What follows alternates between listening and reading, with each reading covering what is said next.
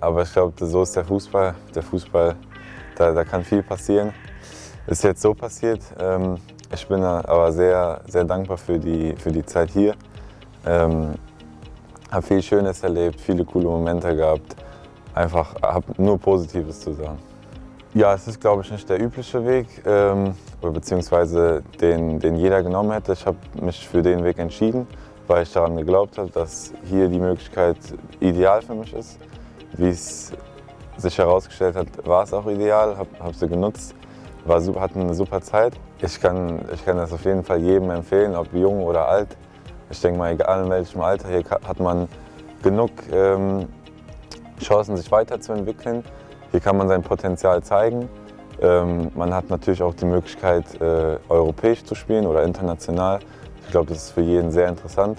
Ich bin auch sehr froh, dass ich verletzungsfrei geblieben bin. Bin sehr froh darüber, jede Minute bekommen zu haben. Aber es hat mir sehr Spaß gemacht. Also ich bin sehr dankbar dafür, dass ich die Möglichkeit bekommen habe, mich auch sofort zeigen zu können. Und denke, habe es auch gut genutzt. Und ja, ich denke, dass man mich mit meiner Spielzeit gut in Erinnerung halten kann. Ja, Herbstmeister ist ein schönes Gefühl erstmal. Natürlich zählt aber im Sommer, wer ganz oben steht. Und ich denke, dass die Jungs auf jeden Fall das Potenzial haben. Es sind genug Spieler, die eine enorme Qualität haben.